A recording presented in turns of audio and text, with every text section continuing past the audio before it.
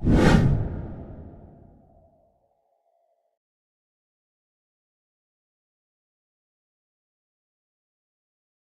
هادي له أشهد أن لا إله إلا الله وحده لا شريك له وأشهد أن محمدا عبده ورسوله صلوات ربي وسلامه على آله وأصحابه وسلم تسليما كثيرا ما بعد. Jamaah kaum muslimat, ibu sekalian Allah Subhanahu wa taala. Segala puja dan puji syukur kita panjatkan kepada Rabbuna Tabaraka wa taala yang telah memberikan begitu banyaknya nikmat kepada kita semua, terkhusus nikmat kesehatan, waktu luang, keamanan dan rezeki yang lainnya, di mana Allah Subhanahu wa taala menjadikan kita semua orang-orang yang senantiasa bersemangat dalam rangka mempelajari, mendalami agama Allah Subhanahu wa taala. Dan ini adalah salah satu tanda kebaikan yang Allah Subhanahu wa taala segerakan kepada kita semua, yang insyaallah taala kita akan mendapatkan kebaikan-kebaikan yang banyak kelak pada hari kiamat dengan mendapatkan ampunan Allah Subhanahu wa taala dan rahmat Allah Subhanahu wa taala. Amin ya rabbal alamin. Salawat serta salam semoga Allah Subhanahu wa taala senantiasa mencurahkan kepada baginda Nabi kita tercinta Nabi Muhammad sallallahu alaihi wasallam, yang kita terus bersemangat untuk memperbanyak salawat dan salam kepada Nabi kita tercinta sallallahu alaihi wasallam, sehingga kita mendapatkan kesempatan dikumpulkan bersama Nabi Muhammad sallallahu alaihi wasallam di surga Allah Subhanahu wa taala yang tertinggi pada hari kiamat kelak. Amin ya rabbal alamin. Alhamdulillah, jamaah kaum muslimat yang dimuliakan Allah Subhanahu wa taala. Ini terhitung pertemuan ke-4 ya, atau 3 untuk pembahasan kitab ini ya. 3 kalau nggak salah ya. 3 ya. Baik. Alhamdulillah, jamaah kaum muslimat, ibu-ibu sekalian Allah Subhanahu wa taala. Satu faedah yang ingin saya sampaikan untuk diri saya pribadi dan mengingatkan kepada ibu-ibu sekalian agar senantiasa menjadi hamba-hamba Allah Subhanahu wa taala yang betul-betul beriman kepada Allah Subhanahu wa taala, meyakini seyakin-yakinnya terhadap kehidupan yang lebih indah, kehidupan yang baik, yaitu kehidupan di akhirat kelak. Ada banyak pelajaran-pelajaran yang perlu kita ambil, yang perlu kita jadikan bahan untuk meningkatkan keimanan kita, ketakwaan kita kepada Allah Subhanahu wa taala dan kehidupan akhirat, dari kejadian-kejadian yang kita lihat, yang kita rasakan, yang kita dengar di sekeliling kita, terkhusus musibah yang Allah Subhanahu wa taala timpakan kepada saudara-saudara kita di Aceh dan sekitarannya. Begitu beratnya cobaan musibah yang Allah timpakan kepada mereka. Semoga Allah Subhanahu wa taala memberikan keteguhan hati, kesabaran, taufik kepada mereka semua, dan Allah ampunkan semua dosa-dosa mereka dan diberikan rahmat oleh Allah Subhanahu wa taala. Amin ya rabbal alamin. Banyak pelajaran ibu sekalian Allah Subhanahu wa taala yang bisa kita ambil dari musibah-musibah yang Allah Subhanahu wa taala tampakkan kepada kita secara langsung atau tidak langsung, di mana ketika kita melihat bahwasanya dunia yang kita huni saat ini ternyata menyimpan banyak misteri, menyimpan banyak rasa takut, kekhawatiran, kesedihan, ketidaknyamanan, banyaknya ancaman-ancaman yang membuat kita tidak mendapatkan kebahagiaan yang besar, kebahagiaan yang sebenar-benarnya kebahagiaan. Begitu banyaknya musibah-musibah yang membuat kita sedih, membuat kita takut, membuat kita khawatir. Maka ketika seorang mukmin melihat fenomena tersebut, maka membuatnya semakin yakin, semakin cinta, semakin rindu dengan kampung akhirat. Semakin cinta, semakin rindu dengan kehidupan yang sebenar-benarnya kehidupan. Yang sebenar-benarnya kehidupan.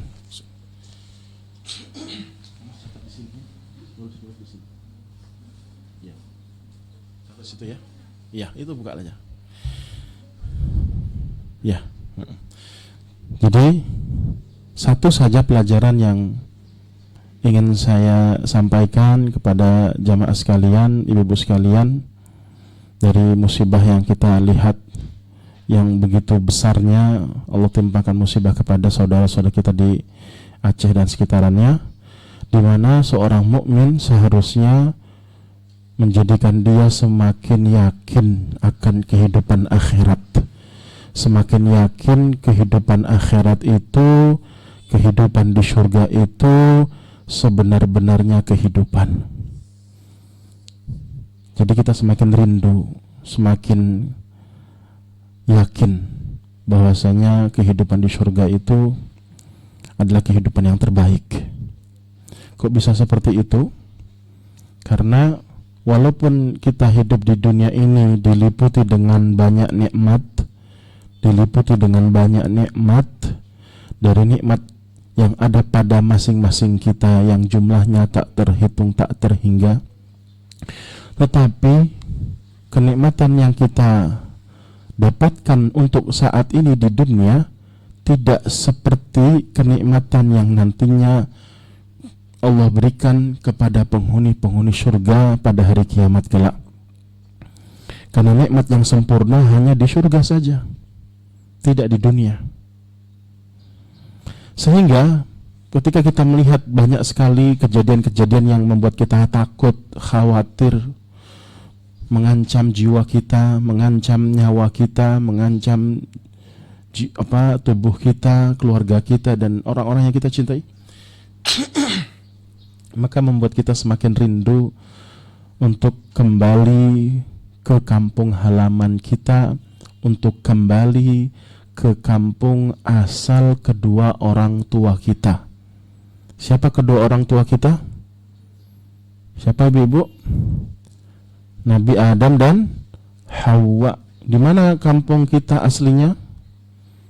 Di surga. Itu kampung asli kita. Nah, nikmat-nikmat yang kita dapatkan di dunia ini walaupun besar, sebesar apapun, sebanyak apapun, sebagus apapun, seindah apapun nikmat yang kita miliki di dunia ini, pasti, ingat ibu sekalian, pasti akan diliputi dengan rasa sedih, rasa takut, diliputi dengan ancaman-ancaman yang membuat kita tidak nyaman, yang membuat hati kita tidak tenang, khawatir, dan semisalnya. Terlebih-lebih lagi ketika Allah menurunkan musibah, cobaan, Allah ambil nikmat keamanan dalam kehidupan kita di dunia ini. Setuju gak atau tidak ibu? Semua nikmat yang kita miliki, sebagus apapun, sebanyak apapun, tetap kita merasa khawatir, betul atau tidak? Ketika kita baru beli mobil, Masya Allah, harganya 1 miliar, 2 miliar, bagus, satu-satunya di dunia, diproduksi secara khusus. Wah, kita senang, bahagia tentunya. Tapi tetap ada kekhawatiran. Apa kekhawatirannya ibu? Takut lecet, takut ketabrak, takut dicuri. Padahal pada saat itu kita sedang mendapatkan apa? Nikmat, Masya Allah. Baru beli rumah harganya 10 miliar, Masya Allah. Mahal kan ya? Dengan semua isinya, fasilitasnya yang lengkap, super modern. Tetap khawatir gak ibu-ibu? Tetap khawatir, takut nanti banyak orang-orang yang hasad, takut khawatir nanti kena ain, khawatir nanti banyak pencuri yang masuk, mengundang para pencuri, khawatir nanti nggak bisa ngerawat, takut nanti ini, takut nanti, dan seterusnya. Seperti itu kan ya ibu-ibu sekalian dunia ini, betul nggak?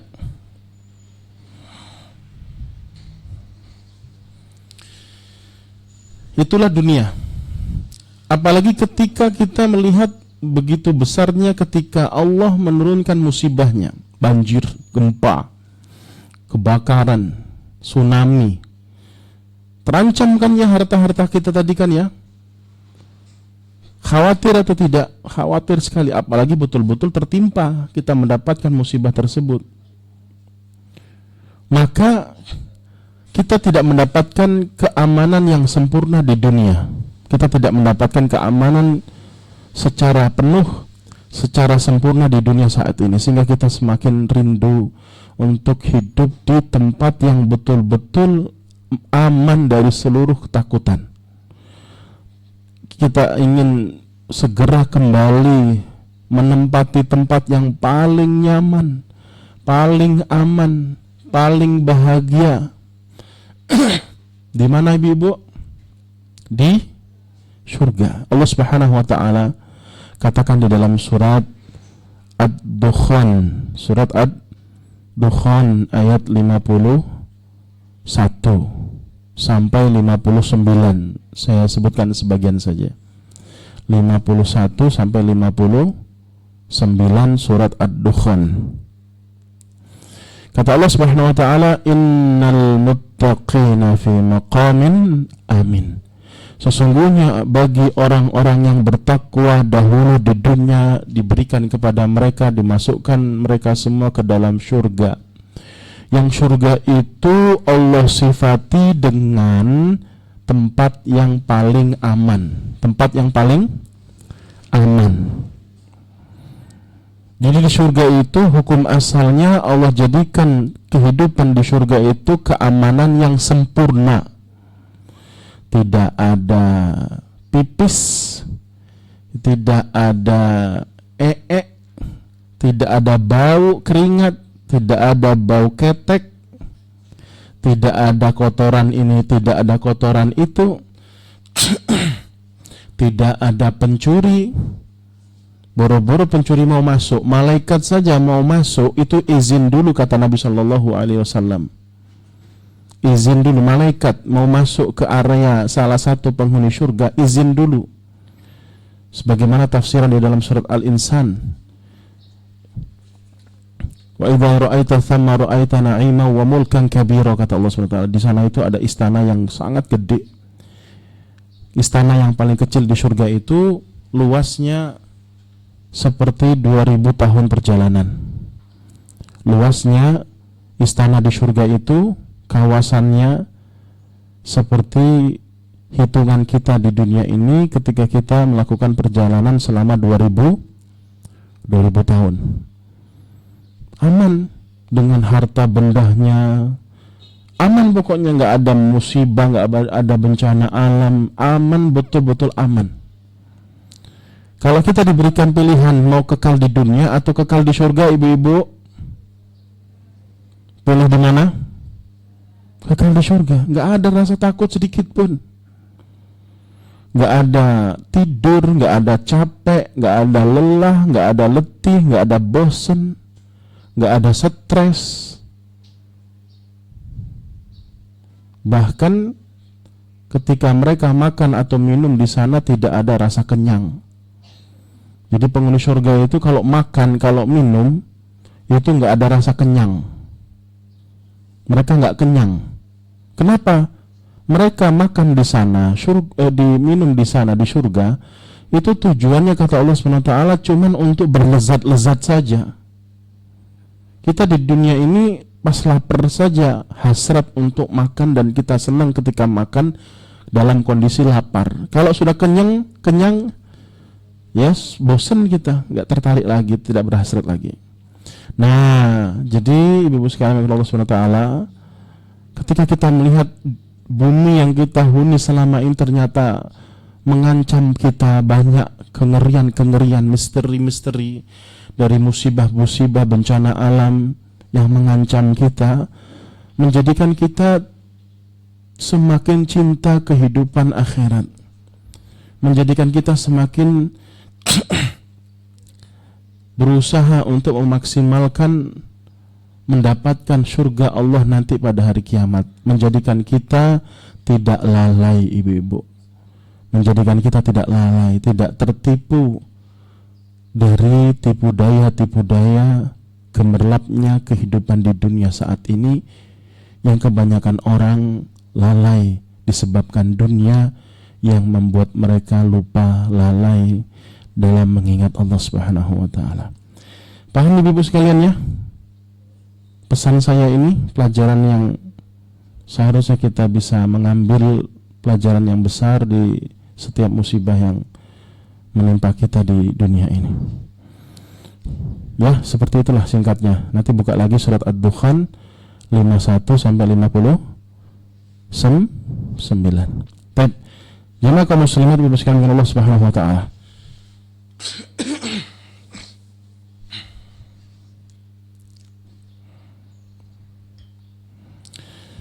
Kita masuk kepada kaidah pertama atau bahasa beliau di sini, yaitu pondasi yang pertama untuk seorang muslimah. Seperti apa sih layaknya seorang muslimah itu? Beliau sebutkan beberapa pondasi, beberapa pasal, beberapa poin dari bab yang pertama. Jadi judul bab pertama ini kaitannya dengan pondasi-pondasi pokok yang seharusnya diketahui, diamalkan bagi setiap seorang muslimah. Nanti di bab kedua temanya beda lagi, yaitu tema yang atau bab yang kedua judulnya nanti adalah petunjuk-petunjuk Al-Quran khusus untuk para wanita. Petunjuk-petunjuk Al-Quran khusus kepada para wanita. Nanti bab kedua ada lagi, bab ketiga, bab keempat dan seterusnya. Silakan disimak Ibu sekalian, fokus ya, dengan catatannya, dengan tulisannya, pendengarannya, hatinya terutama, keikhlasannya. Jangan sampai ada yang nggak fokus, jangan sampai ada yang ngobrol sendiri. Kalau ngobrol sendiri berarti kan gila, ya. Apalagi ngobrol sama yang lain, fokus.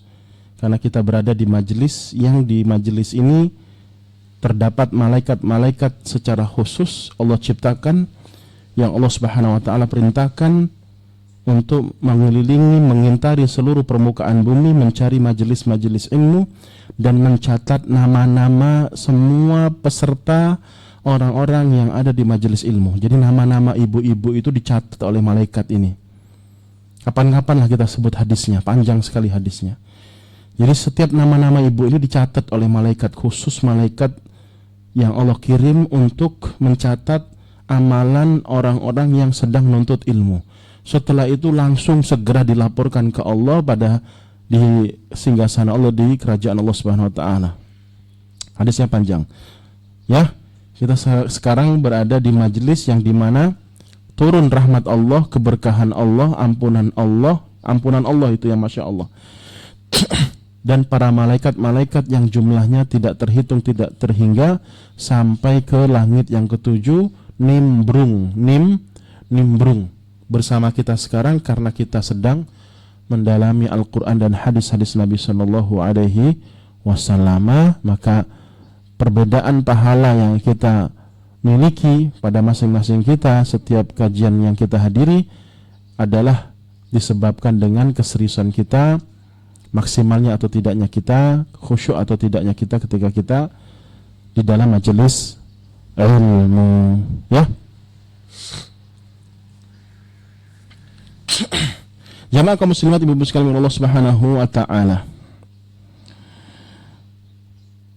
Saya melangkai beberapa lafaz dari kalimat beliau, kita langsung masuk ke poin-poinnya karena pembukaannya agak lumayan panjang. Intinya pembahasan yang telah kita sampaikan di bulan yang lalu, bahwasanya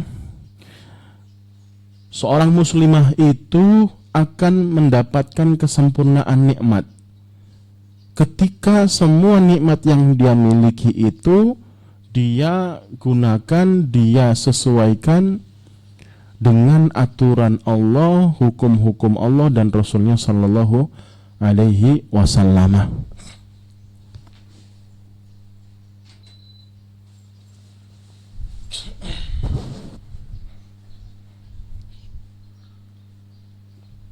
Jadi kata kuncinya ibu-ibu sekalian yang Allah Subhanahu wa taala, jikalau kita ingin mendapatkan kesempurnaan nikmat, keberkahan nikmat, maka syaratnya semua nikmat yang kita telah miliki, syaratnya kita gunakan sesuai dengan hukum-hukum Allah.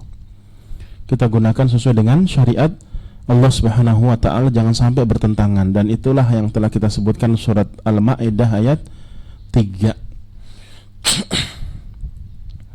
Kemudian poin berikutnya ingin saya tekankan kembali, walaupun sudah kita sampaikan, bahwasanya ketika kita ingin mendapatkan keberkahan nikmat dan tambahan-tambahan nikmat, ibu-ibu sekalian mau nggak sih nikmatnya ditambah, keberkahan nikmatnya ditambah oleh Allah? Mau. Maka apa? Pandai-pandai bersyukur dari nikmat yang terkecil. Pandai-pandai bersyukur dari nikmat yang terkecil. Pahami logika ini ibu-ibu sekalian yang Allah SWT. Sampaikan ke suami, sampaikan ke anak-anak, ke orang tua, saudara dan saudari kita. Kenapa kita tidak mendapatkan keberkahan hidup? Kenapa kita tidak mendapatkan tambahan-tambahan nikmat, tambahan-tambahan keberkahan nikmat yang kita inginkan? Kita pengen dapat banyak nikmat, kan gitu ya. Itu fitrah manusia, kita ingin dapat keberkahan nikmat. Saya ulas sedikit, keberkahan nikmat itu apa sih? Walaupun sedikit, membuat kita senang, bahagia, tidak mendatangkan adab. Ketika kita makan sesuatu yang mungkin biasa-biasa saja, tidak banyak, tapi membuat kita kenyang, sehat. Ya, anak-anak sehat, tidak ada banyak penyakit. Banyak juga orang-orang yang nikmatnya banyaknya luar biasa, ternyata penyakitan. Ada yang seperti itu? Maka Allah tidak sedang memberikan keberkahan kepada orang yang punya banyak nikmat tadi, karena Allah cabut keberkahan. Jadi poinnya keberkahan yang kita kejar, kualitasnya bukan kuantitas. Kuantitas nanti, kualitas dulu. Kalau kualitas kita sudah tingkatkan, insya Allah kuantitasnya masuk. Nah, kalau kita ingin tambahan-tambahan berkah dan nikmat, maka syaratnya bersyukur kan ya. Di surat Ibrahim ayat 7, la azidannakum, kami pasti akan tambahkan untuk kalian, aku akan tambahkan untuk kalian nikmat dan keberkahan. Maka cara untuk mensyukuri nikmat itu adalah banyak-banyak, pinter-pinterlah, cerdas-cerdaslah untuk mensyukuri nikmat yang terkecil, ibu-ibu. Kalau kita sudah pinter pandai mensyukuri nikmat yang terkecil, yakin gak Allah akan kasih tambahan? Karena kita mampu untuk mensyukuri sesuatu yang kecil. Kenapa kita tidak mendapatkan tambahan-tambahan nikmat? Tidak Allah segerakan kita mendapatkan tambahan nikmat dan keberkahan, karena kita nggak pandai mensyukuri nikmat yang kecil. Yang kecil saja kita nggak sanggup mensyukuri nikmat, wajar Allah nggak kasih? Wajar nggak? Yang kecil aja kita nggak bisa bersyukur, apalagi yang besar. Justru itu yang terbaik buat kita, agar kita tidak bisa mendapatkan keberkahan nikmat yang besar, karena kita nggak pandai mensyukuri nikmat yang kecil. Justru jadi bumerang bagi kita, justru jadi hukuman bagi kita jikalau kita tidak pandai mensyukuri nikmat yang kecil, apalagi yang besar. Pasti lebih besar lagi dosanya ketika kita tidak pandai mensyukuri nikmat yang besar, karena yang kecil nggak bisa. Setuju ibu? Setuju. Jadi itu sebabnya. Maka caranya, ketika kita dapat nikmat sedikit saja, sudahlah, alhamdulillah, syukuri. Apalagi gratisan, tetangga ngasih sesuatu, pempek misalkan, ternyata pas dimakan pempeknya nggak ada ikannya, ya kan? Apa bahasanya tuh, pempek apa tuh? Pempek dos ya, atau yang semisalnya. Terus kita ngatoi, padahal banyak duit, ngasih pempek kayak gini harganya 1.000-an, 1.300. Itu apakah dikatakan mensyukuri nikmat? Tidak, ibu-ibu. Padahal sepele. Barang itu sepele, nikmat itu sepele. Taruhlah total nikmat yang dikasih tadi, yang dikasih tetangga tadi mungkin harganya 5.000. Tapi kita nilai dia ini baik gitu, Masya Allah, dia ingin memberikan hadiah kepada kita. Kita harus baik sangka saja, walaupun terlihat rumahnya mewah, banyak duitnya, bisa jadi pada saat itu dia sedang seret, kita kan nggak tahu. Nah kita malah cibir gitu, kita malah cibir. Nah, seakan-akan kita merasa dihina-hina, diberi nikmat yang seperti itu atau diberi pempek yang seperti itu. Jadi wajar kita tidak mendapatkan nikmat banyak, karena kita kecil aja nggak bisa kok. Harusnya apa? Alhamdulillah, terima kasih, Masya Allah. Kita makan dengan penuh rasa syukur, kita makan, kita nikmati, Alhamdulillah. Insya Allah gitu loh. Allah akan berikan tambahan lebih daripada itu, berlipat-lipat, ibu-ibu. Ini penyakit, ibu-ibu sekalian. Bukan sebagian orang saja, semua di antara kita seperti itu. Sehingga wajar rezeki kita tuh gitu-gitu aja, istilahnya gitu. Sehingga wajar semua yang kita inginkan terkadang sering sekali tertunda dan terhenti, tidak tercapai. Intinya Allah tuh maha tahu mana yang terbaik buat kita, mana yang terburuk bagi kita. Ketika kita ingin sesuatu yang banyak, kemudian Allah kasih kecil yang sedikit, maka itu yang terbaik buat kita. Kenapa? Allah melihat kita nggak pandai mensyukuri sesuatu yang kecil. Kalau Allah kasih yang lebih besar, tambah besar beban kita, dosa kita. Betul kan? Gitu. Ini penyakit. Nah, ajarkan ke suami-suami kita, anak-anak kita. Alhamdulillah, ayah bawa makanan walaupun abi bawa makanan walaupun biasa-biasa saja, syukurin. Enak. Ayah bawa apa gitu, cuman kerupuk doang, walaupun gak mengenyangkan. Bawa minum mineral, air biasa, biasanya es, biasanya ini macam-macam minuman. Suami kita pulang bawa sesuatu yang mungkin sedikit biasa-biasa saja, alhamdulillah, hargai. Pantasan Allah murka ya, wajar Allah murka ketika kita nggak pandai mensyukuri nikmat yang sedikit. Tolong ibu-ibu sekalian ya, diperhatikan betul nasihat saya barusan, karena ini juga motivasi kita untuk menjadi yang terbaik ya. Karena syaitan itu cara yang paling mereka lakukan, atau cara yang paling besar, cara yang paling besar untuk mereka lakukan untuk menjerumuskan kita ke dalam neraka Allah Subhanahu wa taala, kita dijadikan orang-orang yang enggak pandai bersyukur. Tapi ibu sekalian Allah Subhanahu wa taala, kita masuk ke kaidah yang pertama, pondasi yang pertama. Kata beliau, setelah beliau menyebutkan kemuliaan seorang wanita ketika Allah berikan nikmat hidayah, nikmat taufik, pandai untuk mensyukuri nikmat walaupun nikmat tersebut sedikit, walaupun nikmat tersebut terlihatnya kecil, maka beliau sebutkan setelah itu, wala alli unabbiha ala ahammi hadhil usula wa a'zamiha rajiyan minallahi subhanahu wa ta'ala yanfa'uki biha. Oleh karena sebab itulah aku ingin mengingatkan beberapa perkara yang terpenting untuk diketahui oleh seorang muslimah dari pondasi-pondasi utama dalam rangka mengharap manfaat kebaikan besar dari Allah Subhanahu wa taala. Yang pertama, kata beliau rahimahullah taala, "Alaiki an ta'lami ilmal yaqini anna ahsanal ahkami wa aqwamaha wa akmalaha wa ajmalaha ahkamu rabbil alamin wa khaliqil khalqi ajma'ina tabaraka wa ta'ala." Kata beliau, semoga Allah SWT menjaga beliau, merahmati beliau. Kata beliau, wajib bagi engkau wahai seorang wanita muslimah, wajib bagi engkau wahai seorang wanita muslimah, memahami, mengetahui betul dengan pengetahuan yang besar, seyakin-yakinnya, mengetahui pengetahuan yang besar yakin seyakin-yakinnya bahwasanya sebaik-baik hukum, sebaik-baik aturan dan aturan yang paling sempurna dan yang paling indah adalah hukum Allah Subhanahu wa ta'ala, zat yang menciptakan seluruh alam semesta ini, yang menciptakan seluruh makhluk yang maha suci dan yang maha tinggi.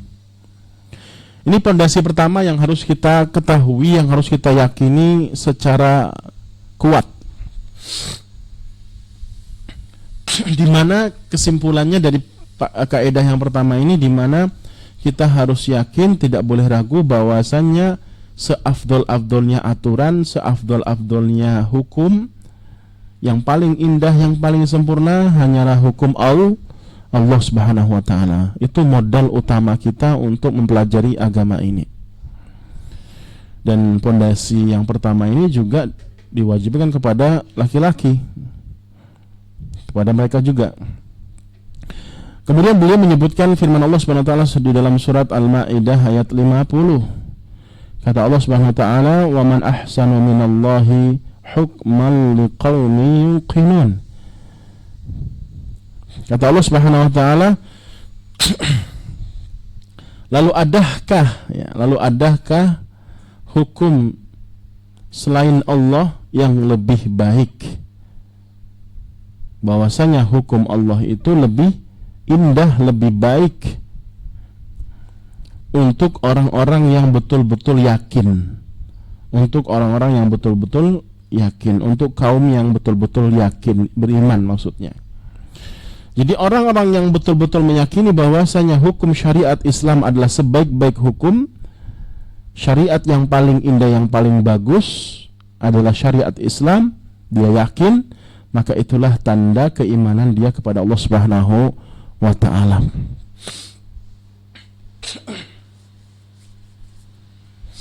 Kemudian ayat yang lain, surat Al-A'raf ayat 87, kata Allah Subhanahu wa ta'ala, Alaihissallahu biahkamil, ayat surat At-Tin dulu. Alaihissallahu biahkamil hakimin, ayat ke-8. Bukankah hukum Allah itu adalah sebaik-baik hukum? Iya, jelas. Surat Al-A'raf 87, wa huwa khairul hakimin, dan dialah Allah Subhanahu wa ta'ala sebaik-baik yang menentukan hukum. Fa idza aiqanatil muslimatu bidzalika lam tataraddad fi qabuli ayyi hukmin yablughuha mimma hakama wa amara bihi Allahu jalla wa ala.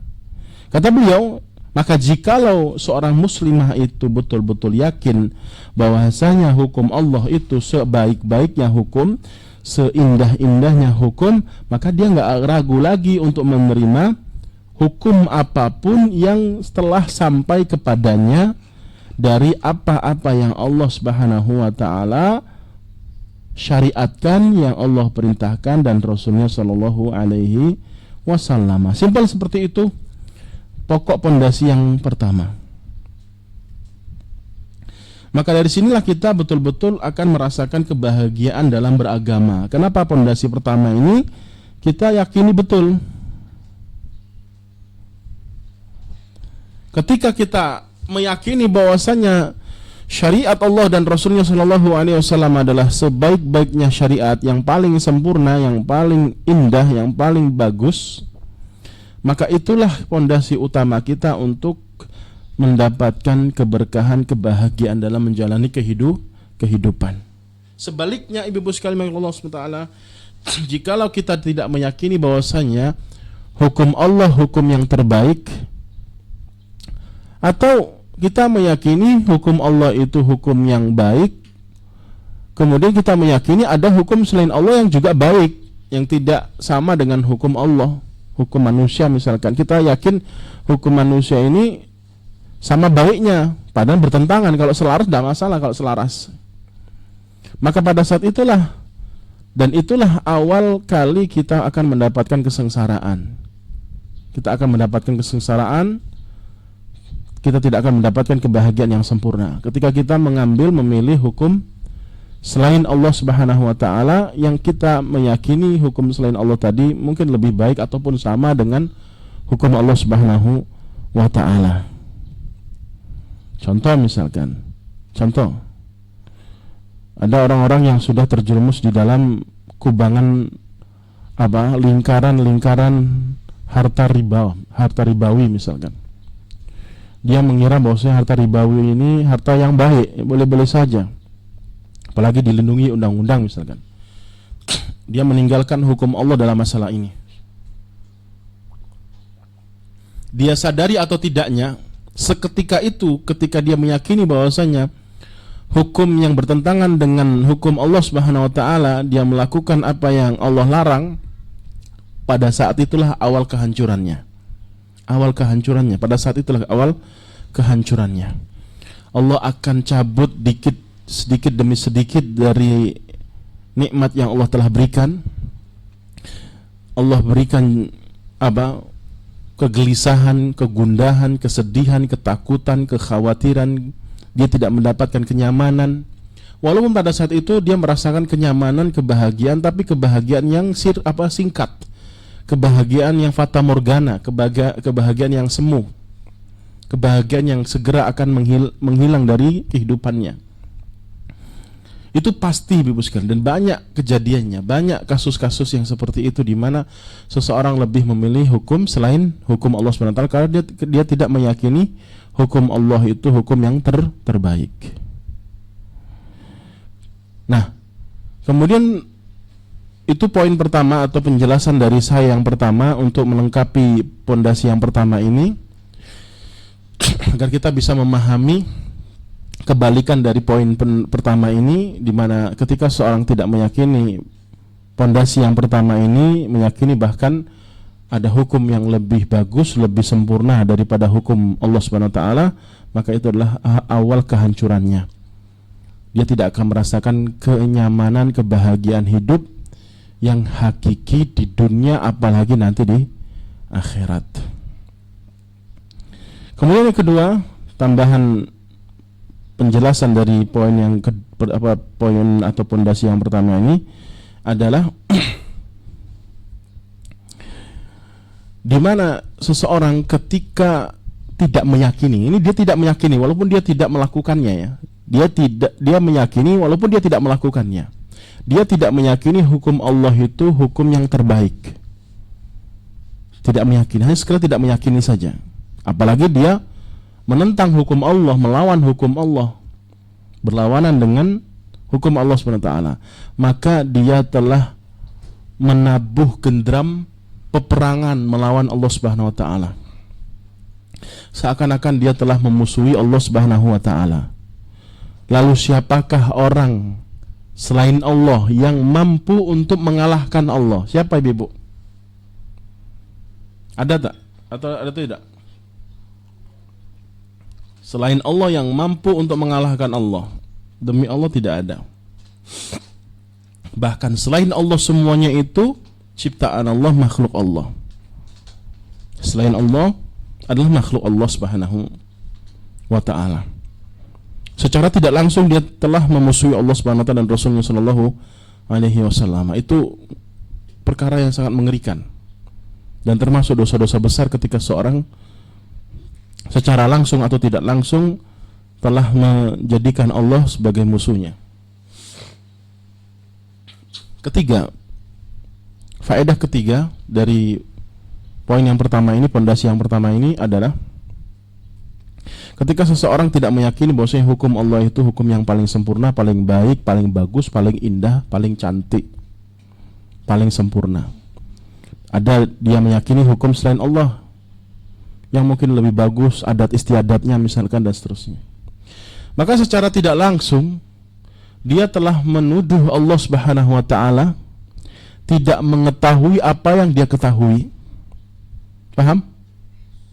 Dia secara tidak langsung atau langsung ya telah menuduh Allah, merendahkan Allah, seakan-akan Allah itu mengatur hukum syariatnya, syariat Islam, sesuatu yang tidak sempurna, sehingga dia harus mendatangkan hukum selain Allah untuk menyempurnakan hukum yang ada di dunia ini.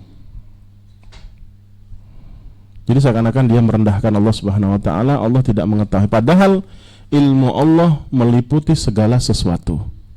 Padahal ilmu Allah meliputi segala sesuatu.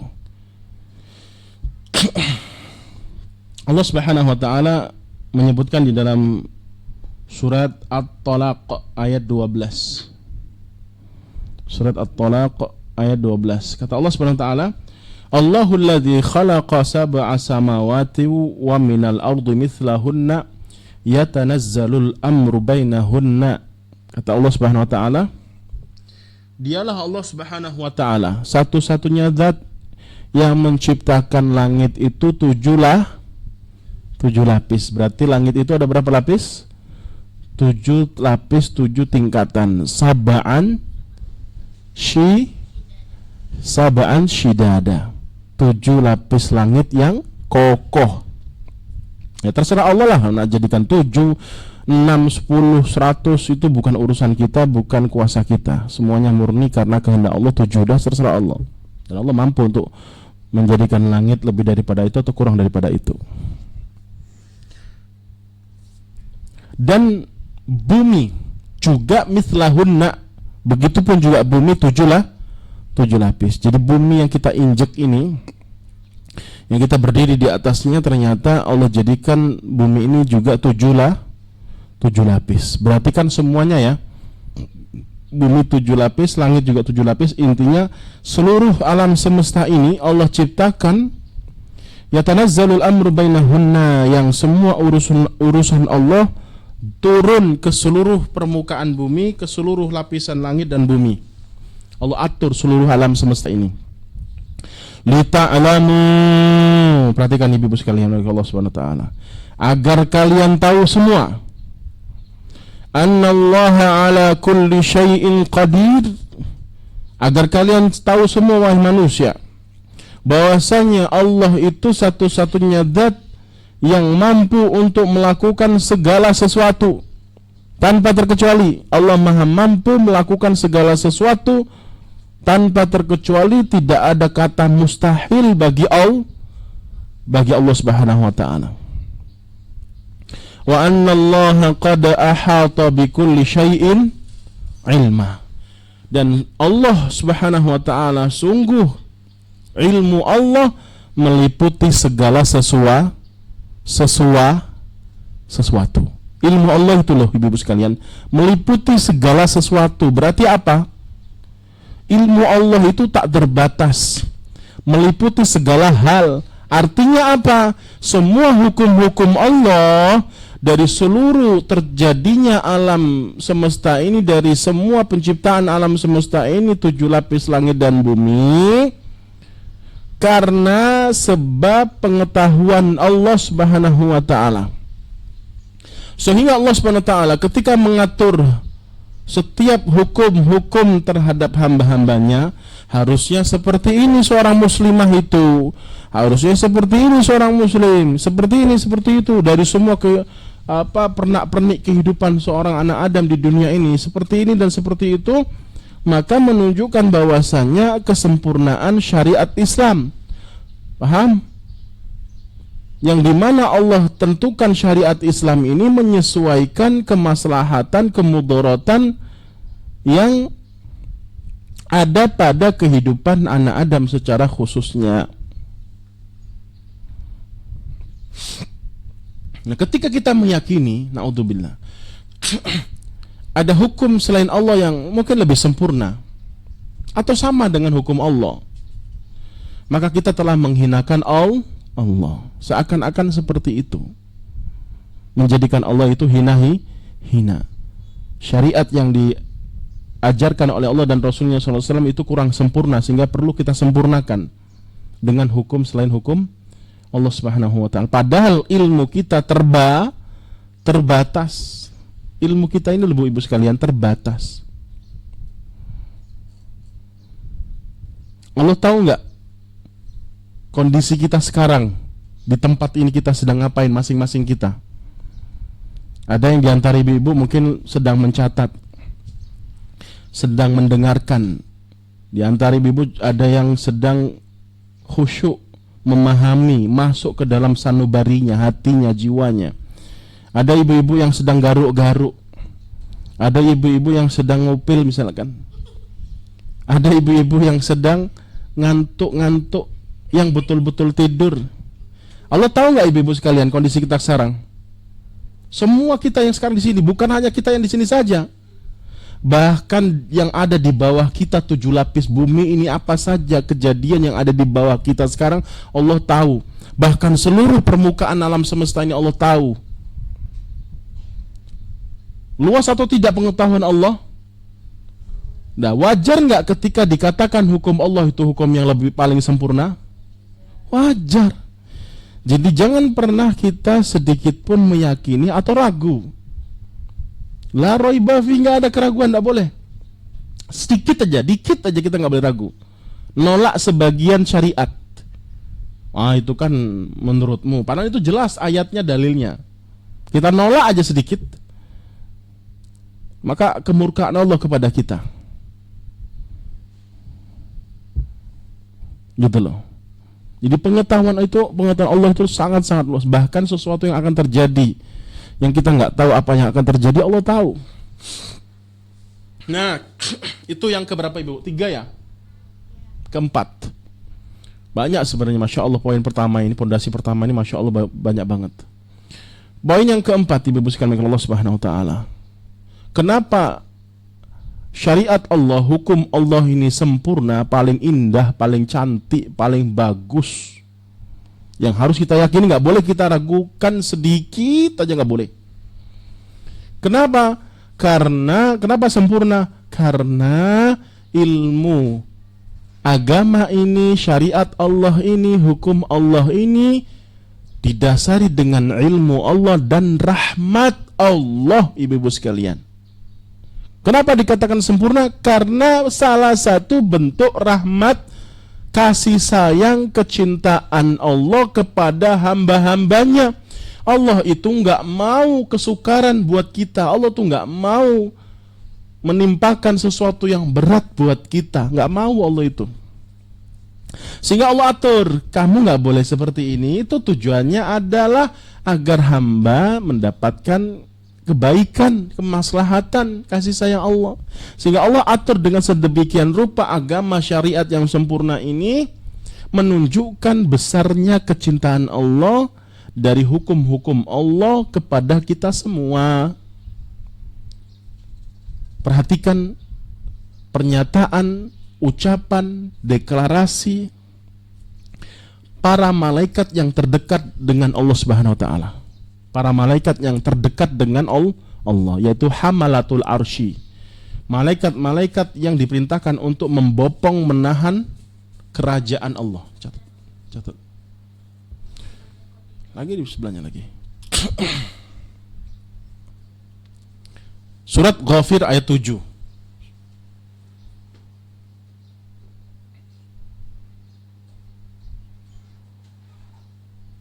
Malaikat ini malaikat yang paling dekat dengan Allah. Ya, termasuk malaikat Jibril, Israfil, Mikail.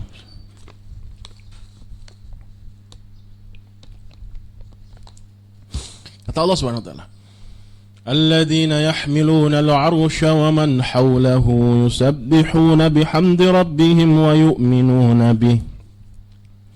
Kata Allah Subhanahu wa taala, dan malaikat-malaikat yang membopong, menjaga kerajaan Allah, yang fisiknya mereka ini, kata Nabi SAW dalam riwayat At-Tirmidzi, fisik mereka ini yang dimana Allah izinkan Nabi Muhammad SAW untuk mengabarkan kepada kita semua, antara daun telinga malaikat hamalatul arsy, daun telinganya sampai ke pundaknya, ke bahunya, membutuhkan perjalanan 700 tahun. Itu baru antara telinga dan pundak. 700 tahun perhitungan kita dalam perjalanan. Gedenya luar biasa. Wa man haulahu, yang semua malaikat-malaikat yang ada di situ berdoa kepada Allah Subhanahu wa taala. Dengan apa doanya? Yusabbihuna bihamdi rabbihim wa yu'minuna bi. Mereka selalu bertasbih. Gaweannya tasbih. Subhanallah, subhanallah. Makanya kita ditekankan untuk banyak-banyak tasbih pagi dan sore. Di dalam surat Al-Ahzab ayat 41 42, kita diperintahkan untuk banyak-banyak zikir, khusus tasbih pagi dan sore. Subhanallah, subhanallah, atau subhanallah bihamdi, subhanallah bihamdi. 100 pagi, 100 sore. Kenapa? Ya, perbuatan malaikat ini juga sama. Mereka selalu bertasbih kepada Allah SWT. Kenapa mereka bertasbih? Tasbih itu, ibu-ibu sekalian, ucapan subhanallah maknanya adalah kita itu mensucikan Allah dari segala macam keburukan, kekurangan, kejelekan. Jadi Allah tuh sama sekali nggak ada cacatnya gitu loh, sempurna. Nah, kalau malaikat hamalatul arsy itu senantiasa gaweannya subhanallah subhanallah terus, wajar karena mereka yang melihat kebesaran Allah secara langsung. Karena wajar mereka dekat dengan Allah dan langsung melihat keagungan zat Allah Subhanahu wa taala. Alam semesta yang kita jingok galonya ini besar atau kecil? Banget. Nggak ketahuan sampai kapanpun, sampai hari kiamat pun manusia yang paling pinter pun nggak tahu jarak antara bumi ke langit itu paling ujung tuh ada berapa jarak perjalanan. Nggak tahu. Besarnya luar biasa. Pasti Allah lebih besar atau lebih kecil? Oh iya, yang menciptakan kok. Masa makhluk yang lebih besar daripada yang menciptakan? Jadi wajar subhanallah. Maka kita diajarkan subhanallah, subhanallah. Jadi kerjaannya subhanallah, subhanallah pada malaikat ini. Yusabbihuna bihamdi, dan alhamdulillah, alhamdulillah ucapan mereka ini. Wa yastaghfiruna lilladina amanu, dan gawean mereka tadi banyak-banyak tasbih subhanallah dan alhamdulillah. Yang ketiga, senantiasa minta ampunan kepada Allah atas dosa-dosa orang-orang beriman. Masya Allah. Ibu-ibu sekalian termasuk orang-orang beriman ya, insya Allah ya. Berarti nama-nama kita semua disebut oleh malaikat-malaikat ini. Mereka senantiasa minta ampunan kepada Allah atas dosa-dosa orang-orang yang beriman. Wa yu'minuna bihi, yang mereka betul-betul beriman kepada Allah Subhanahu wa taala. Setelah itu apa kata para malaikat? Rabbana wasi'ta kulla syai'ir rahmatan wa ilma. Wahai Tuhan kami. Ini deklarasi pengakuan. Wahai Tuhan kami. Siapa yang ngomong ini? Malaikat hamalatul arsy. Wahai Tuhan kami, wasi'ta kulla syai'ir rahmatan wa ilma. Sungguh teramat sangat luas rahmatmu. Mereka dahului dengan lafaz rahmat. Rahmatmu dan ilmumu. Rabbana ighfir wasi'ta kulla syai'in rahmatan wa ilma faghfir lilladina tabu wattaba'u sabilaka wa qihim 'adzabal jahim. Sungguh teramat luas, meliputi segala sesuatu rahmatmu dan ilmumu. Jadi antara rahmat Allah dan ilmu Allah itu berkaitan atau tidak berkaitan, ibu-ibu? Berkaitan, rahmatan wa ilma. Maksudnya apa? Ketika Allah menentukan hukum untuk kita, apapun itu tanpa terkecuali, walaupun perkara yang sepele, ke kamar mandi masuk kaki kiri. Kalau salto bisa nggak, Ustaz? Boleh nggak? Ya terserah lah. Pokoknya kaki kiri yang masuk duluan. Masuk kaki kiri. Mohon maaf, ketika mau ngelepas celananya itu ketika sudah mendekati tempat yang ingin kita buang hajat di situ. Itu sunnah Nabi. Paham? Sepele nggak itu? Cara untuk cebok, ya, terlalu vulgar nanti ya kalau sampaikan. Walaupun vulgar, itulah syariat kita. sesuatu yang remeh-temeh, kecil, sesuatu yang kelihatannya kayak biasa aja. Ternyata itu semua ilmu yang Allah ajarkan kepada Nabi Muhammad SAW, yang di dalamnya terkandung makna rahmat Allah. Jadi itu Allah tuh sayang ke kita. Wahai hambaku, kalian itu kalau mau ke WC kayak gini, itu bentuk kebaikan kalian, untuk kebaikan kalian dalam rangka kasih sayangku kepadamu. Kalau kalian itu mau menceraikan istrimu, sabar-sabar dulu, tunggu dia selesai haid. Kaget dulu, hai para suami hambaku. Seakan-akan kayak gitu. Itu maslahat buat kalian dan buat istrimu. Atau nunggu ketika dia hamil. Jangan ceraikan istrimu ketika istrimu haid atau setelah engkau menggaulinya. Dosa bagi kamu. Seakan-akan seperti itu. Di situ kebaikannya, ada rahmatnya, di situ ada maknanya. Kenapa kok suami nggak boleh menceraikan istrinya dalam kondisi haid dan setelah digauli? Dosa besar. Kenapa? Karena hikmah rahmat yang ada di dalam syariat itu, larangan itu, agar si suami berpikir ulang, ada pertimbangan yang matang, tidak prematur pertimbangannya. Kalau istri haid kan nggak bisa digauli, sementara suami punya hasrat untuk itu, maka nggak ada, dia tahu nggak boleh, nggak bisa, sehingga nggak ada pembandingnya. Tidak ada pembanding. Kalau neraca itu tidak ada pembanding sisi yang satunya untuk mempertimbangkan mana yang lebih berat. Nah, kalau kamu menceraikan istrimu kondisinya ketika istrimu baru selesai haid, baru suci, atau istrimu hamil, kamu kan bisa menggaulinya. Ternyata ada emosi yang mungkin lebih besar, yang akhirnya engkau memilih untuk menceraikannya dan mengabaikan hasratmu untuk menggaulinya, padahal mampu untuk kau gauli. Baik nggak ini maslahat aturan dalam mentalak ini? Baik. Kenapa wanita nggak boleh, tidak punya kewenangan untuk juga mentalak? Nah, kan nggak ada. Bahkan ada ancaman sembarangan minta cerai, minta khulu. 3 kali Nabi menjelaskan, nggak masuk surga, nggak masuk surga, nggak masuk surga wanita yang minta talak ke suaminya min ghairi ma ba'sin, nggak ada alasan. Kenapa hikmahnya? Karena mohon maaf ya, walaupun kebanyakan wanita juga mungkin lebih pintar secara IQ-nya daripada laki-laki, tapi cara pandangnya, pertimbangannya, pemikirannya itu tidak sematang laki-laki. Setuju nggak ibu-ibu? Nah, pokoknya semuanya lah ibu, syariat apapun. Syariat apapun.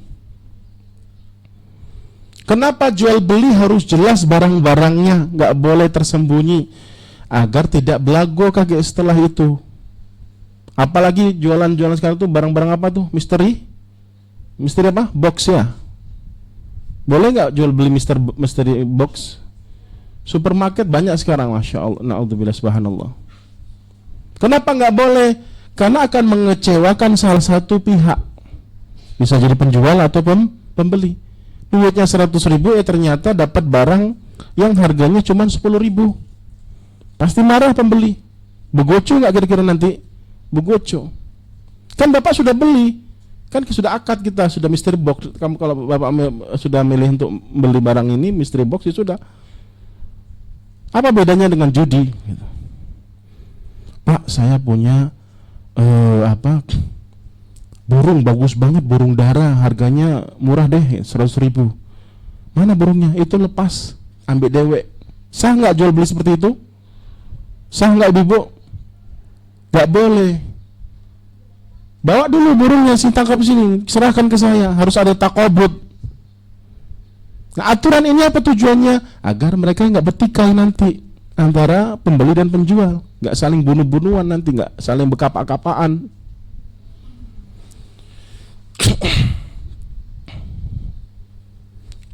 Yakinilah ibu sekalian, Semua syariat Allah dan Rasulnya SAW dari A sampai Z-nya, dari ujung rambut kita sampai ujung kaki kita, semuanya sudah diatur dan itu yang terbaik buat kita, yang lebih bagus maslahat buat kita, apapun itu.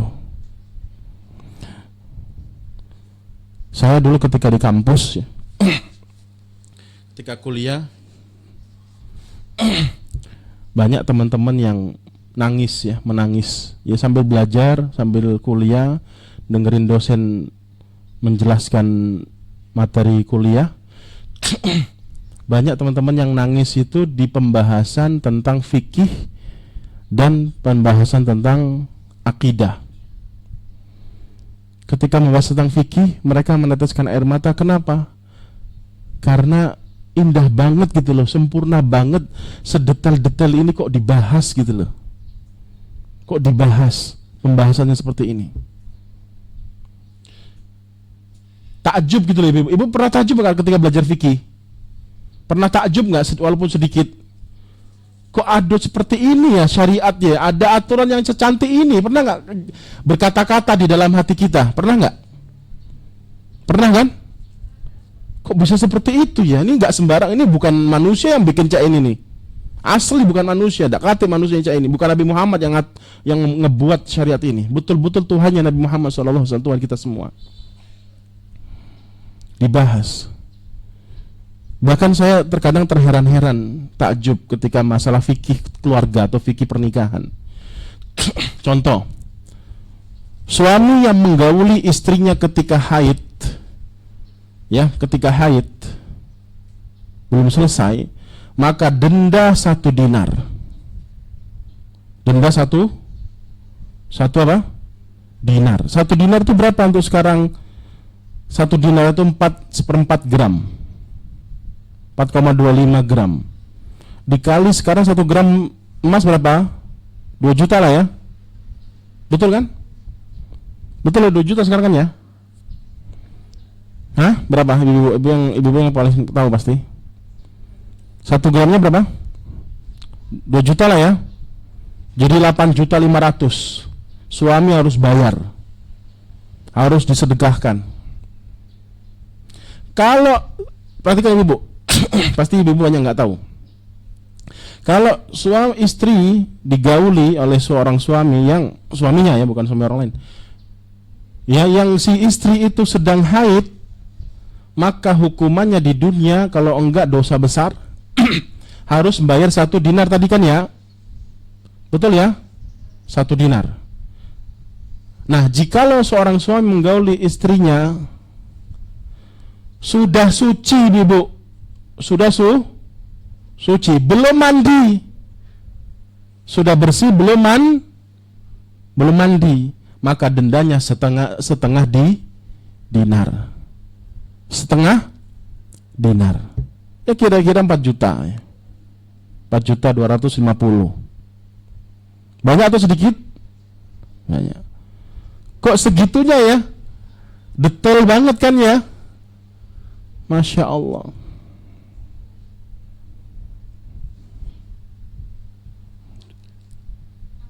Kagum gak ibu dengan syariat Islam ini? Kalau nggak kagum mana balik ini? Tutup, kita nggak perlu lagi kajian, percuma kajian terus yang kita nggak merasa kagum kok. Kagum ya insya Allah ya. Masya Allah, kagum ya, sip. Masya Allah. Maka kita bersyukur atas hidayah ini ibu-ibu sekalian. Saya tutup ibu sekalian di dalam surat Al-A'raf 43. Surat Al-A'raf 43.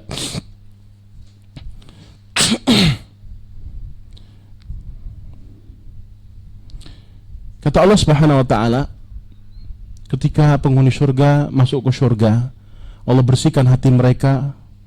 Allah bersihkan hati mereka dari kebusukan, kotoran, penyakit hati, Allah bersihkan. Ketika mereka pertama kali meletakkan, memasukkan kaki mereka, menginjakkan pertama kali ke daerah surga, ucapan mereka apa ibu-ibu sekalian? Ucapan mereka apa? Semoga kalimat ini yang kita yang ngomong. Semoga ucapan ini kita yang mengatakannya. Insya Allah. Mereka masuk surga, mereka mengatakan seperti ini. wa qalu alhamdulillahilladzi hadana li hadza.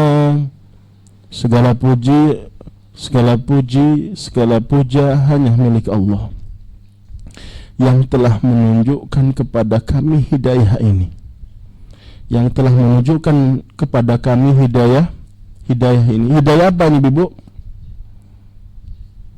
Syariat Islam. Ihdinas siratal mustaqim. As-siratal mustaqim itu artinya apa? Jalan yang lurus.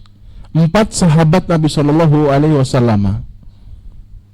meriwayatkan dari Rasulullah SAW, Jabir bin Abdullah, Ibnu Mas'ud, Ibnu Umar, Abdullah bin Abbas, menyebutkan bahwasanya ihdinas siratal mustaqim itu artinya Islam. Artinya apa, Ibu? Jalan yang lurus itu artinya apa? Islam. Maka penghuni syurga wajar ketika masuk syurga mereka bersyukur kepada Allah, memuja dan memuji Allah SWT dengan mengatakan, kami bersyukur kepada Allah, segala puji hanya milik Allah yang telah menunjukkan kami terhadap hidayah ini. Lihada wa ma kunna linahtadiya, dan kami tidak akan mungkin mendapatkan hidayah seperti ini kecuali karena izin Allah yang telah memberikan hidayah kepada kami. Laula an hadanallah. Logikanya ibu-ibu sekalian, logika kita sekarang ketika seorang masuk ke surga, harusnya apa kira-kira kebayangan kita? Omongan yang pertama, wow, betul enggak? Betul enggak, ibu-ibu? Kayak kita masuk di mall yang mewah, rumah orang walaupun bukan rumah kita, Masya Allah, wow, bagus nian, wah, mantap, bagusnya. Ternyata mereka tidak ngomong kayak gitu pertama kali masuk. Ini pertama kali masuk, ibu sekalian. Mereka ucapannya bukan itu. Ucapannya dulu di dunia bisa menjalankan hukum-hukum. Masya Allah. Ibu bisa berjilbab seperti ini. Itu yang nanti mengantarkan ke surga Allah Subhanahu wa ta'ala. Siapa yang gak bersyukur ketika kita menjalankan hidayah Islam ini? Wallahu ta'ala alam. Itu saja yang bisa saya sampaikan. Silakan jika ada yang ditanyakan.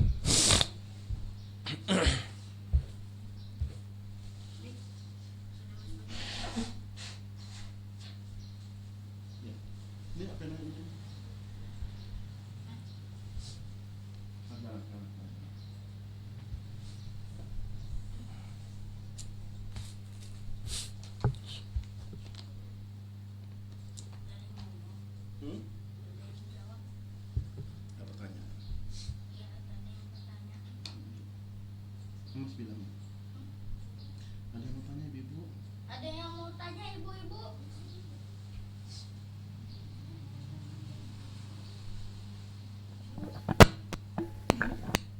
Ada yang mau tanya, Umar? Sudah, Ustaz.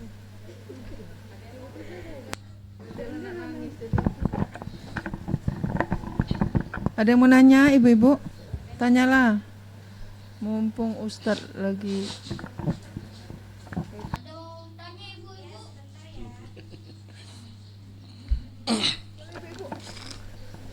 Tanya. Mumpung anak-anak libur, tak ngerecoki. Tanyalah, kesempatan bertanya. Mati gue.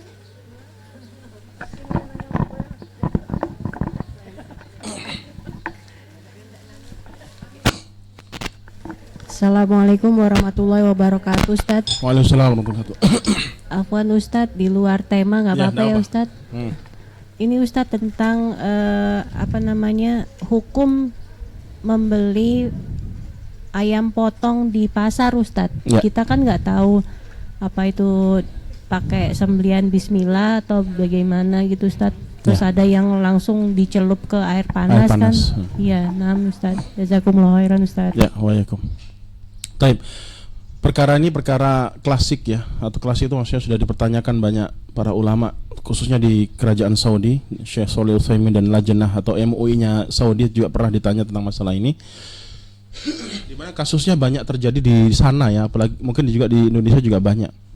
Di mana mereka ada yang mencelupkan terlebih dahulu, direndam ke air panas dulu, ayamnya baru disembelih.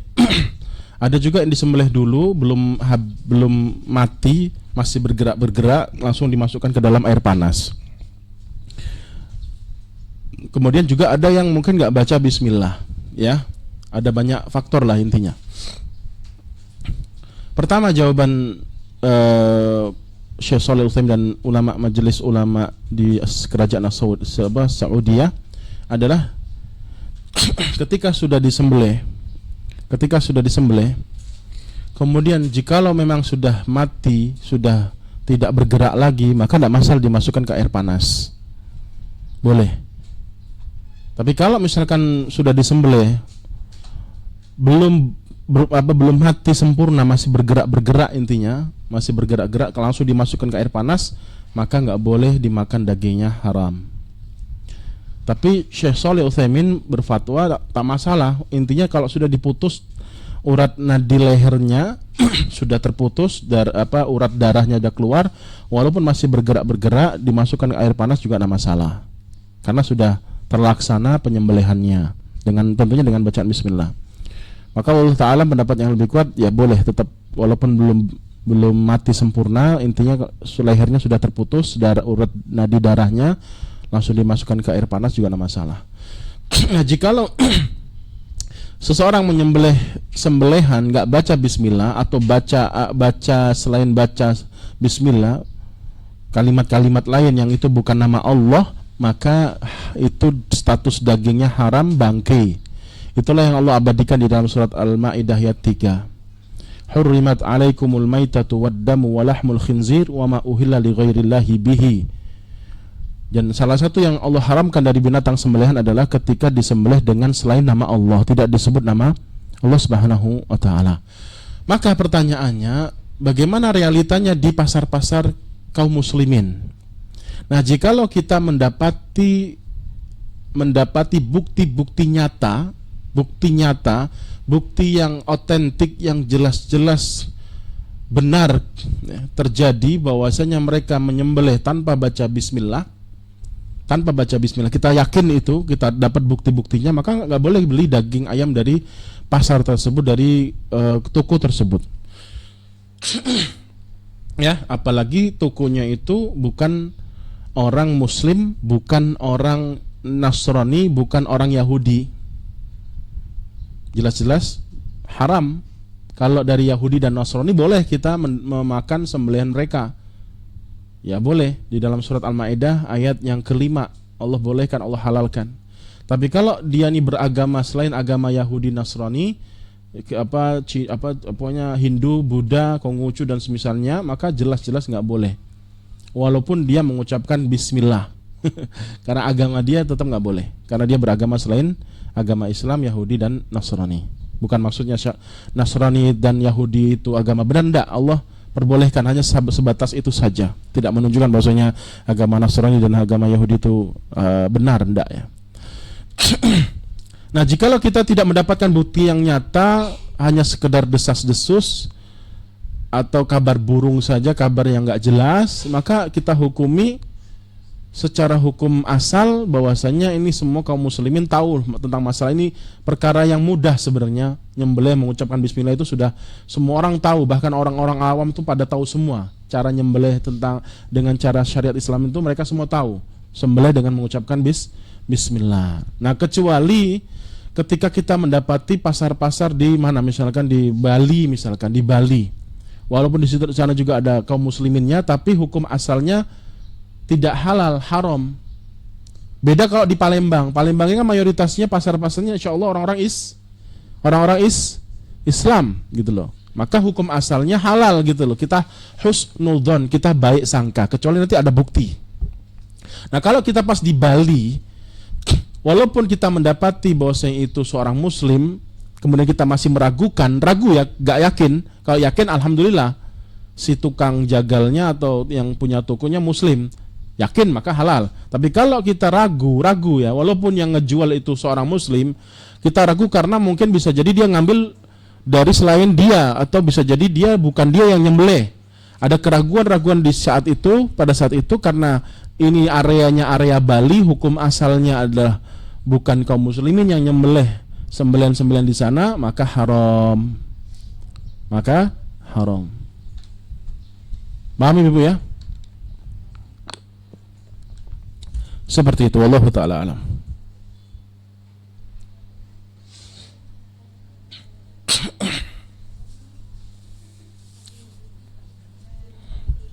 Hah? Cukup, biarin aja. Cukup? Bebas, mau tanya apa aja. Masih ada ibu-ibu yang mau nanya? Belakang ada nak? Nyai mau nanya nggak Nyai?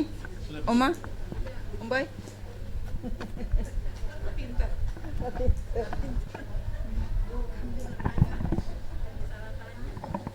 Afwan Ustaz, nyambung dari pertanyaan tadi. Ya. Kita pernah melihat itu di pasar, orang menyembelih tadi, yang menyembelih ayam itu. Kadang-kadang si laki-laki itu taruhlah dia muslim ya, karena di pasar-pasar kita ini pada umumnya orang Islam yang jual, kecuali yang diragukan tuh di pasar Cinde mungkin agak ragu Oh juga. gitu. Oh Cinde ya.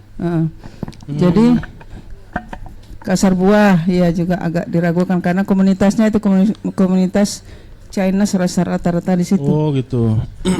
Nah tapi kalau pasar kita 26 ilir misalnya itu insya Allah itu orang kita. Tapi kita sering menyaksikan mereka motong ayam itu kadang-kadang auratnya tuh kemana-mana Ustadz.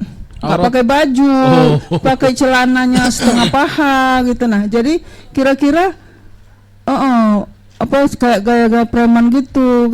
Kadang-kadang kurang yakin juga kita kalau mereka bismillah apa enggak ini motong. Kita kan belinya sesudah dia dipotong ya. Nah tapi ketika dia motong itu kita lihat dari kejauhan itu mereka tuh kurang sempurna cara berpakaiannya karena mungkin gerah ya, panas barangkali ya. Nah kira-kira gimana itu Tat? Apa kita nyari yang lain? Masya Allah.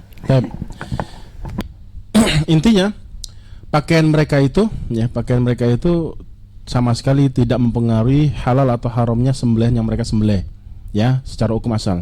Tapi jika kita memahami dari sisi lain, dari kacamata lain atau sudut pandang lain di mana menunjukkan pakaian-pakaian seperti itu, apalagi ada tato, itu kan menunjukkan orang yang walaupun dia muslim pasti awam sekali lah intinya ya, orang yang nggak peduli sama sekali tentang hukum syariat kan gitu ya.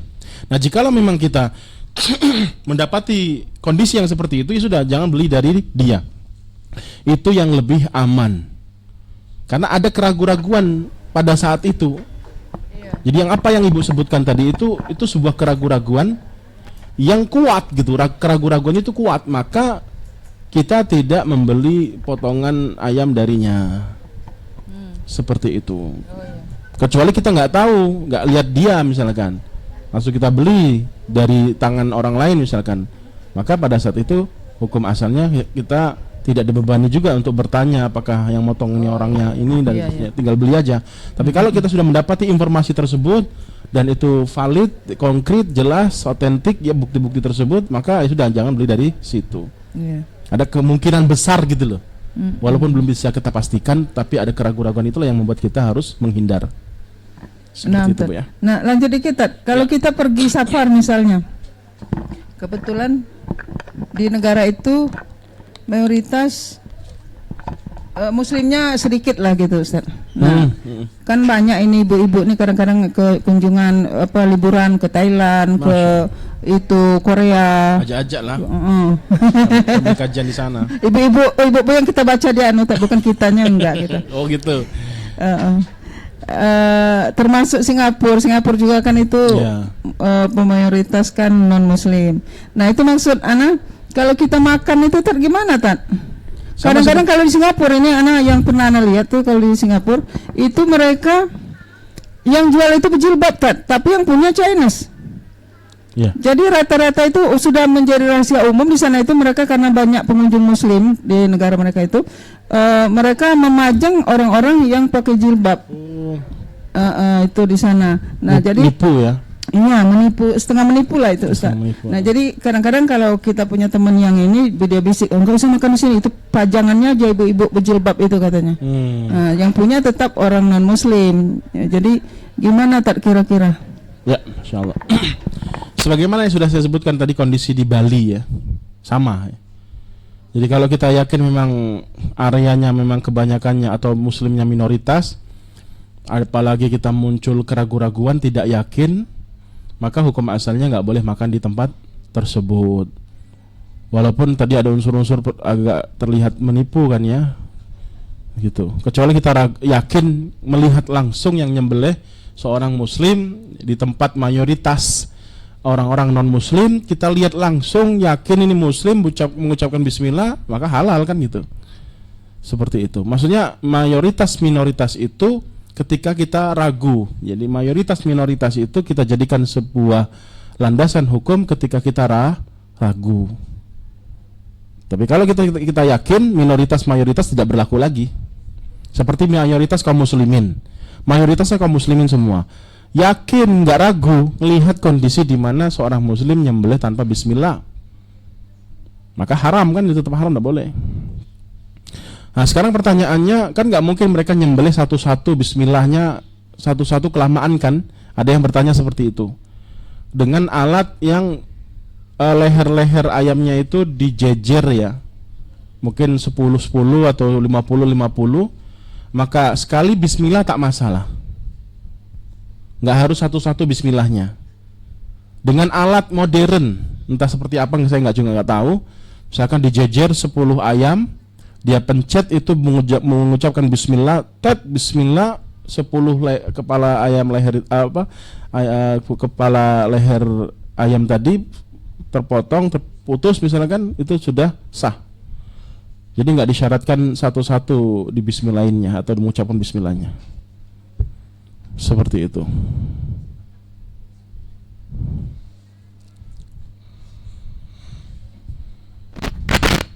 Bismillah, assalamualaikum warahmatullahi wabarakatuh, Ustaz. Waalaikumsalam. Izin bertanya Ya. soal pernikahan ya, Ustaz. Ya. Ustaz, jika ada seorang suami itu mengabulkan khulu istrinya, Ustaz, tapi dalam waktu beberapa detik terus dia membatalkan, itu hukumnya gimana, Ustaz? Gimana? Si istri minta khulu. Ya, terus suami mengabulkan. Setelah Mengabulkannya, itu ya. beberapa detik dari situ dia membatalkan, Ustaz. Dia apa? Itu gimana hukumnya, Ustaz? Beberapa detik kemudian dia apa, Ibu? Dia nggak mau membatalkan, Ustaz. Katanya membatalkan hulunya tadi, Ustaz. Yang nggak mau siapa? Suami. Iya, istri kan minta hulu, Ustaz. Ya. Terus sama suami itu dikabulkan gitu kan, tidak mau dikembalikan mahar. Terus setelah itu beberapa menit dari situ, terus suami bilang dia nggak mengabulkan katanya. Nggak mengabulkan. Gitu, Ustaz. Jazakallah khairan. Baik. Jadi jikalau si istri minta khulu ke suami, kemudian suami membalasnya dengan talak, maka statusnya bukan khulu lagi, sudah talak gitu. Ya. Khulu itu dikatakan khulu, murni khulu ketika dia minta ke hakim. Si suami nggak mau menceraikannya, kemudian hakim menimbang-nimbang, kemudian dia terima khulunya si istri, akhirnya dipisah oleh si hakim walaupun si suami tidak ridho. Hakim, jadi kembali ke hakim. Khulu itu sah atau tidaknya hakim, ya, yang menentukannya, putus atau tidaknya. Adapun kata khulu dari si istri ke suami, yang akhirnya suami membalasnya dengan kata talak, maka yang berlaku talak bukan khulu, ya, bukan khulu. Tapi nggak pantas juga si istri minta khulu karena tanpa alasan, maka itu nggak pantas, tetap masuk ancaman tadi. Jikalau memang ada alasannya, kemudian suami menanggapinya dengan ucapan talak, maka jatuh. Jikalau si suami tidak menanggapinya, dia nggak mau mengucapkan kata talak, maka si istri kembalikan urusan khulunya ke hakim. Seperti itu. Nah, maka konsekuensinya jikalau si istri minta khulu, maka semua mahar harus dikembalikan ke suami. Seperti itu. Ana sambung sedikit, Tan. Ini penjelasannya begini, Tan. Dia ini nikah siri. Nah, jadi dia minta khulu, dia mau khulu suaminya. Tapi kan ngomong sama suaminya. Awalnya suaminya setuju. Kemudian setelah beberapa hari, beberapa detik cuman, akhirnya nggak mau suaminya, batal. Sedangkan kalau khulu itu kan boleh dikatakan hak istri lah, Ustaz, ya. Jadi nggak harus minta persetujuan suami, gimana, Tat? Jadi gini, khulu tadi sudah saya tegaskan, khulu itu yang mengabulkannya hakim. Ya. Murni hakim. Kalau dia siri kan nggak ada hakimnya, Tat. Nah, makanya tadi itulah salah satu tidak disarankannya, walaupun sah ya, tetap dia berdosa karena dia tidak mematuhi aturan pemerintah. Nah, kalau seperti itu kondisinya, maka dia khulu'nya ya ke saksi pada saat itu, hakim yang dipercaya pada saat dia menikah secara siri tadi. Jadi repot juga kalau misalkan nggak ada peran hakim di situ. Apalagi hakim kan minta syarat kan, harus tercatat dan seterusnya. Maka dalam hal ini berat bagi dia untuk mendapatkan keabsahan khulu'nya. Itu resiko istri-istri yang dinikahi secara siri. Berat jadinya. Nah, ketika minta ke suami untuk diputuskan khulu', maka bahasanya bukan khulu' minta diceraikan, bahasanya bukan khulu' karena khulu' dari hakim. Maka ketika si suami enggan, maka tetap menjadi istrinya. Kalau si suami mengatakan talak, nah itu hukumnya jadinya jatuhnya talak, bukan khulu' lagi gitu. Maka hukumnya berlaku talak, bukan khulu'. Seperti itu. Jikalau si suami nggak mau, ya sudah, tidak bisa apa-apa. Kecuali nanti sampai kasus pidana misalkan ya, bisa mungkin ya nanti hakim berperan di situ. Walaupun saya juga belum mendapati kasus yang selama ini ketika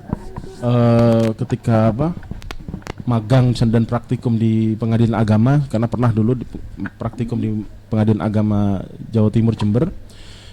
Belum saya dapatkan apakah yang wanita-wanita yang dinikahi secara siri mendapatkan pertolongan jikalau memang kondisinya sangat mendesak ya, si istri harus berpisah dengan suami yang siri tadi. Tapi saya yakin jikalau memang khulu'nya kuat sampai suaminya betul-betul mendoliminya, insya Allah nanti adalah dari pemerintah pasti nanti akan memberikan bantuan dengan kasus pidana, misalkan ya dijatuhkan pidana dari si suami yang akhirnya diputuskan hubungan mereka. Tetap bisa kita laporkan lah ya, pasti tetap pemerintah mau mengurusinya, bagian pengadilan agama ataupun KUA. Seperti itu. Gitu ya. Jadi kalau si suami kekeh nggak mau menerima khulu'nya, ya sudah, tidak bisa berarti. Suami tetap ingin bersamanya atau ingin tidak mau menceraikannya, tidak mau pisah.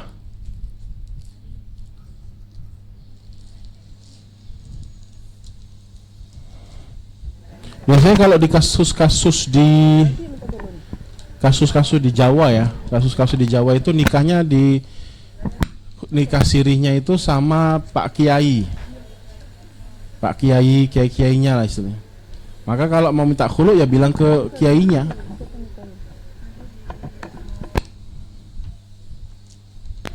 Jadi kiainya nanti yang ngukumi. Ataupun Pak RT-nya mungkin berperan juga, maka Pak RT-nya nanti yang memutuskan hukum khulu' atas si istri yang siri tadi. Jadi gini Tat, supaya tuntas maksudnya yang bertanya ini,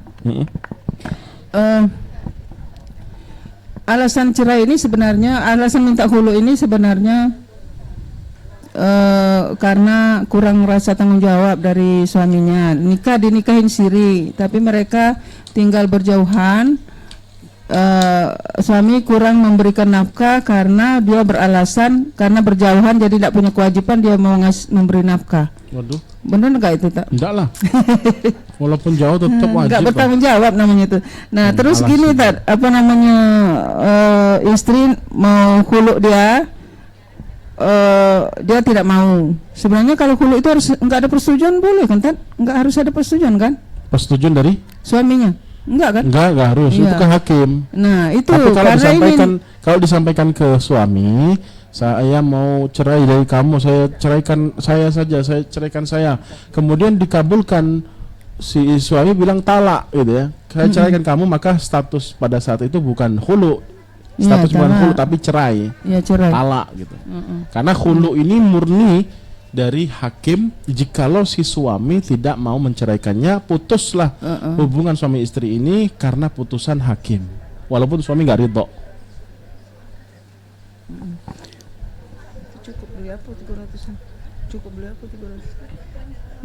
Nah jadi gini Tat, ceritanya nih si suami ini memberi nafkah tapi tidak seberapa, bukan tidak mencukupi sih, memang kurang sama sekali karena 300 1 bulan itu bisa apa lah untuk zaman sekarang nih Tat? Mungkin apakah rumah masih nyewa juga, atau ya namanya air minum aja kita nggak dapat segitu ya. 300 sebulan itu apakah bisa dikatakan nafkah itu Tat? Memberi nafkah nggak itu? Ya kita lihat hukum itu aja, hukum adat setempat normalnya seperti apa sih. Kalau di bawah itu berarti ya nggak bertanggung jawab berarti. Iya. Jadi jalan keluarnya untuk si istri ini gimana Tat? Apakah dia minta diceraikan oleh orang yang menikahkannya bisa? Iya, itu tadi sudah saya sampaikan. Jadi siapa saksi-saksinya di saat akad nikah itu? Nggak mungkin nggak ada saksi ya. Iya, iya. Atau orang tuanya, walinya yang berperan. Oh ya, jadi diskusikan ke sana dulu Tat ya, diadukan ke sana dulu ya. Betul, nanti mereka yang hukumi. Saksi-saksinya tadi ini resikonya jadinya kan kalau sirih. Jadi saya sarankan yang wanita-wanita yang digoda, yang dibujuk rayu, kemudian caranya seperti itu sirih ya. Jadi kasihan yang terdolimi wanita, nggak ada perlindungan hukum masalahnya. Jadi saya nggak sarankan kalau digoda-goda oleh laki-laki yang kayak gitu ya suruh nikah siri, jangan mau. Itu salah satu indikasi si laki-laki ini tidak niat mau nikahin kita, cuman mau lampiaskan hasratnya saja. Itu tanda, itu sudah cirinya. Kalau dia mau ke KUA ngurusin, itu tanda kalau memang dia niat dia nikah itu ibadah, mau memberikan kebaikan, kemaslahatan kepada istrinya yang mau dinikahin tadi, walaupun 2, 3, 4 dan seterusnya. Seperti itu. Kembalikan ke yang hadir ketika akad itu.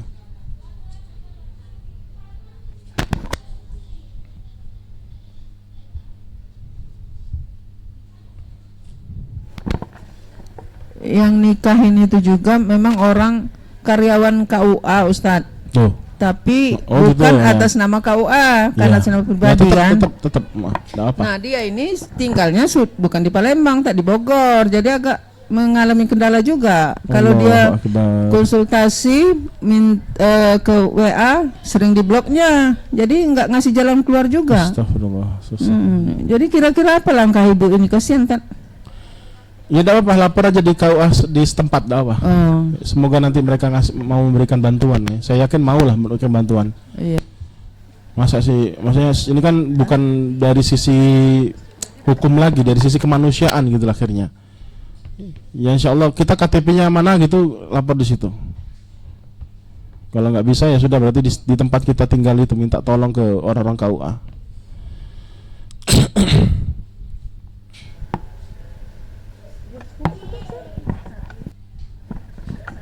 Iya, mohon doanya Tat ya. Ya, Mudah-mudahan insyaallah. dilancarkan jalannya dan Semoga urusannya. kita doakan semua ya untuk beliau agar diberikan kemudahan yang terbaik lah ya, dan digantikan oleh Allah Subhanahu wa taala dengan pasangan yang soleh ya. Suami yang betul-betul bertanggung jawab, yang bertakwa kepada Allah Subhanahu wa taala. Amin ya rabbal alamin.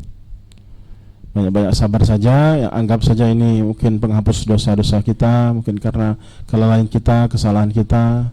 Karena semua kesusahan, kesedihan yang kita rasakan itu semuanya lantaran dosa-dosa kita semua. Gitu Ibu, cukup ya. Alhamdulillah, itu saja yang bisa saya sampaikan. Semoga bermanfaat pertemuan kita pada kesempatan kali ini, mendapatkan ampunan Allah, rahmat Allah Subhanahu wa taala. Amin ya rabbal alamin. Mohon maaf jika ada kata-kata yang salah. Wa akhiru da'wan alhamdulillahirabbil alamin. Subhanakallahumma wa bihamdika asyhadu an la ilaha illa anta astaghfiruka wa atubu ilaik. Assalamualaikum warahmatullahi wabarakatuh.